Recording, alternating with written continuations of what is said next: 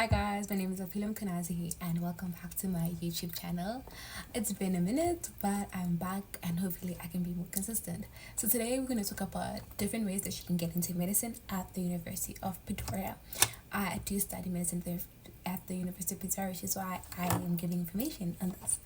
Okay, so the first way is via the matric way, means getting an average of at least 85% and then getting your distinctions at basically distinctions for almost every single subject that you do. Or at least 5 distinctions out of the 7 subjects you do, but really high distinctions. So if you want to use the root of matric, it means being a super student, being on your grind.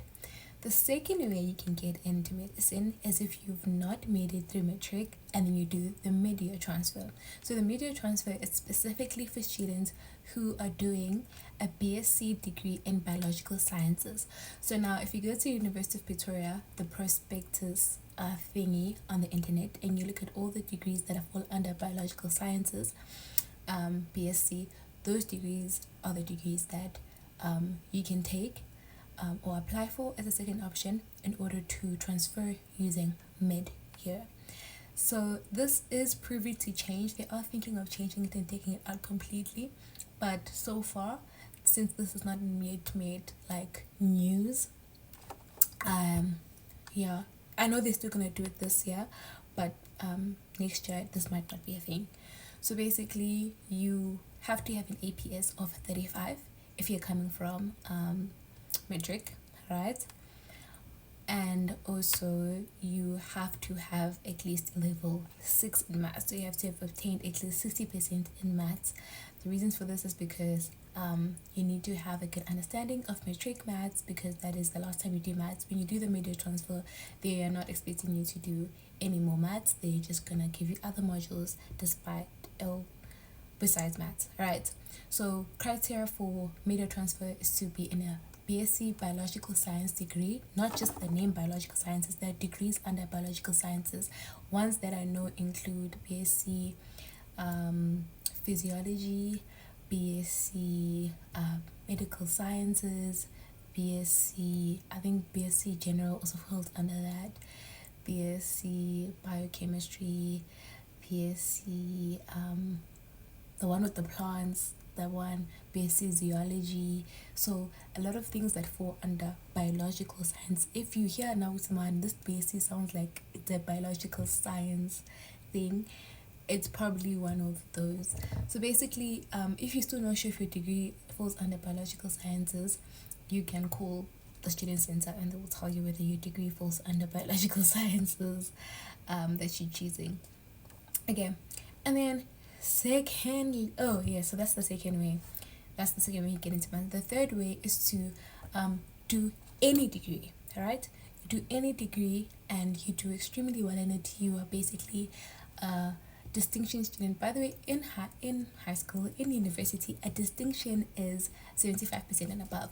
So if you do, for example, law, or you do a BA degree, or you do music, or you do art, or you do engineering, or you do whatever you do, you need to make sure that you're basically a distinction student. You're getting 80s, high 70s and 80s, and then you apply for the internal transfer at the University of Pretoria, meaning that you're going to use the marks that you get in first semester for that degree to apply for medicine, and then they're going to monitor your marks for second semester as well, and then decide.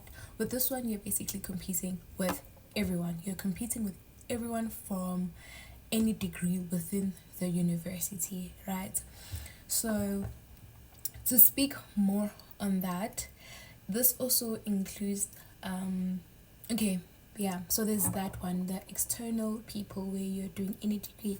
This could also still be the BSc degree that you started, provided you don't get in a mid-year transfer. It could still be that degree. If you do really well in it, you can apply for both mid-year and the end of the year transfer into medicine.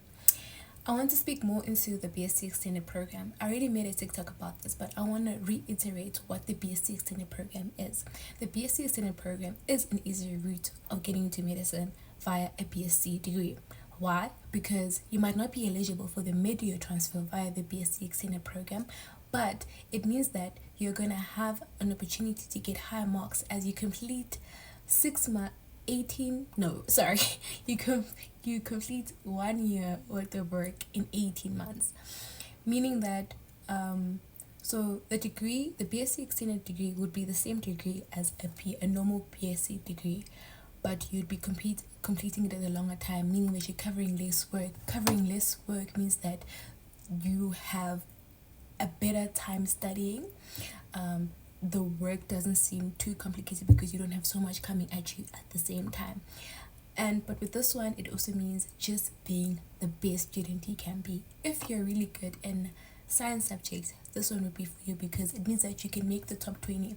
I can guarantee you, if you make the top 20 within that degree, you will get accepted into medicine for the next year. Then you would have only wasted a year, and then you're gonna get into medicine. The last thing I want to say is that at the University of Pretoria, you can apply yearly to get into medicine. So if you don't get in first year, you can apply in second year, you can apply in third year. It's a continuous cycle of applying. They will only keep on going back and looking at your latest marks. So if you apply in first year, they don't go back and look at your matric marks and say, oh, but what did you get in matric? They don't care about that. They just care about how well you performed at university. If you apply by your third year, let's just say you're doing third year of law and you decide, no, I want to do medicine, they will look at your marks that you got within that year. What are you getting in law second year or the third year, or whenever you decide to apply for medicine? And you can continue to apply up until you get in. So it is really a thing of whenever you have the best year and your marks are great, you can apply and you will have a shot of getting in. I would like to finish up by saying that I don't advise you to take BSc as a subject, as a degree, if you're not strong in math, physics, and chemistry, because those weigh heavy in a BSc degree. And these are the reasons why people in BSc end up not getting into medicine, because they struggle with the level of intensity of the math, the physics, and the chemistry in university. So it is better for you to do a degree that you will really enjoy and you will excel in. If, for example, you're really good in literature but you still like medicine, do law, because you'll excel in law. By excelling in law means that you have the same chance, in fact a higher chance, than someone who's in BSc who's going to be struggling through the maths and the physics to get into medicine. So who should do a BSc? A BSc should be done by someone who is academically strong in science subjects and really trust themselves. The upside of also doing another degree that you enjoy and like is that, provided that you only end up getting to medicine after completing that degree, you have a degree that you like. Because you and I both know that the only reason why you even choosing a BSc degree is because you want to get into medicine, and when you finish that degree and you don't want it, you would have done something that you don't want, and you're going to end up being frustrated. I know that is very harsh and very intense, but it is the truth, and that's why so many people say, no, don't do BSc. But if you excel in it and you love science and you want to be a scientist, at the back of your mind you might want to do medicine, but science is also for you, then BSc, great, go for it. I hope this information has been helpful. Please like and subscribe and comment. See you next time. I love you guys, and yes, if you have any more questions, I'll be happy to answer them in the comment section. Bye.